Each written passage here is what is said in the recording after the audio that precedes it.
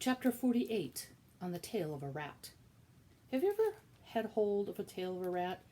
At best, it's an unpleasant sensation, scaly and cold, similar to holding on to a small, narrow snake. At worst, when you're dependent upon a rat for your survival and then a part of you is certain that you're being led nowhere except to your death, it's a hideous sensation.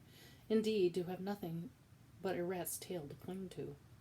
Nonetheless, Desperaux had hold on to Botticelli Rimorso, and the rat led him deeper and deeper into the dungeon.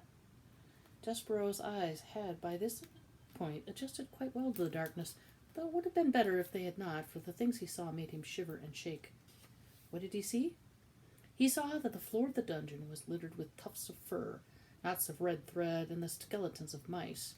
Everywhere there were tiny white bones glowing in the darkness.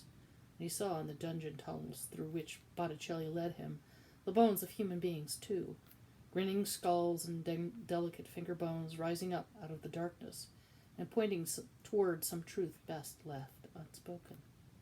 Desperaux closed his eyes, but it didn't help.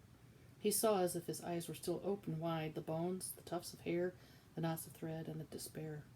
Exactly, Botticelli laughed as he negotiated the twists and turns. Oh, yes, exactly. If what was in front of Desperaux was too horrible to contemplate, what followed behind him was, perhaps, even worse. Rats. A happy, hungry, vengeful parade of rats, their noses up in the air, sniffing, sniffing. Alright, Botticelli. Or more so. Mouse! Sang out one rat joyfully. Yes, oh yes, mouse, agreed another, but something else too. Soup! Called out another rat. Yes, soup, the others agreed. Blood! Sang a rat. Blood, they all agreed together, and then they sang, Here, mousey, mousey, mousey, here, little mousey.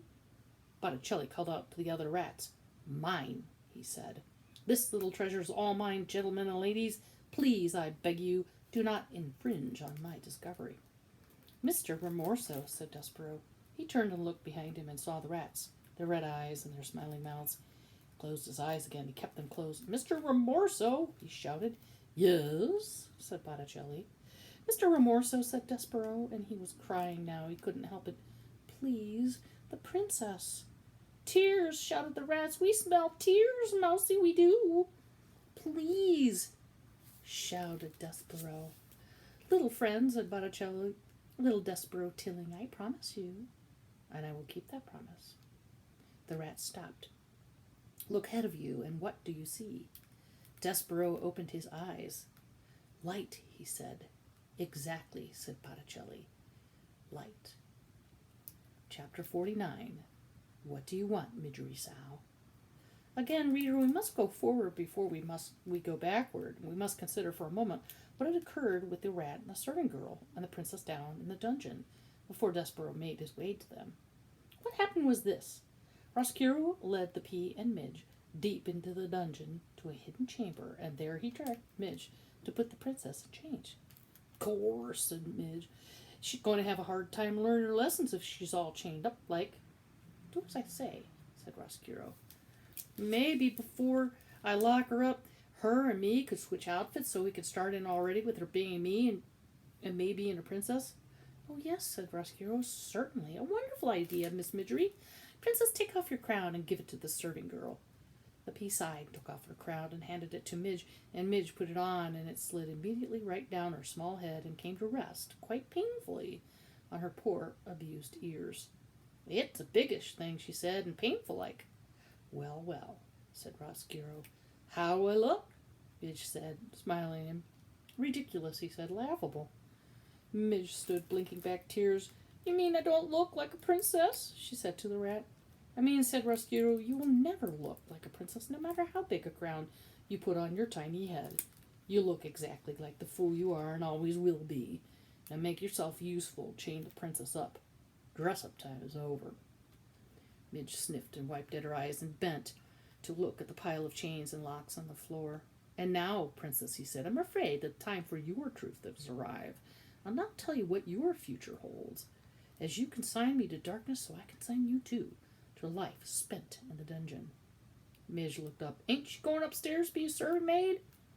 No, said Roscuro. Ain't I going to be a princess then? No, said Roscuro, but I want to be a princess. No one, said Roscuro, cares what you want. As you know, reader, Midgery Sow had heard the sentence expressed many times in her short life, but now in the dungeon it hit her full force. The rat was right.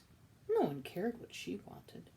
No one had ever cared, and worst of all, no one would ever care. I want, cried Midge. Shh, said the princess. Shut up, said the rat.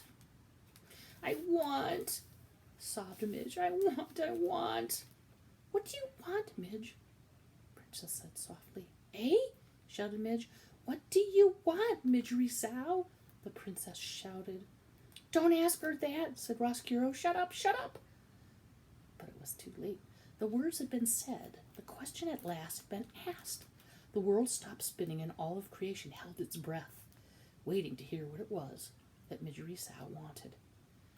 I want, said Midge. Yes, shouted the pea. I want my ma, said Midge. And to the silent, waiting world, I want my ma. Oh, said the princess. She held out her hand to Midge. Midge took hold of it.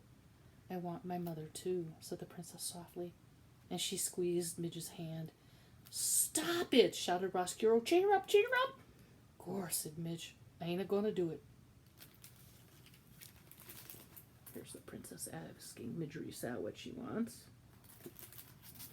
I ain't a-gonna do it, and you can't make me do it. I got the knife, don't I? She took the knife and held it up. If you have any sense at all, said Roscuro, and I hardly doubt that you do, you will not use that instrument on me. Without me, you will never find your way out of the dungeon, and you will starve to death here or worse. Gore, said Midge. Then lead us out now, or I'll chop you up into little rat bits. No, said Roscuro, the princess shall stay in the dungeon, and you, Midge, will stay with her. But I want to go upstairs, said Midge.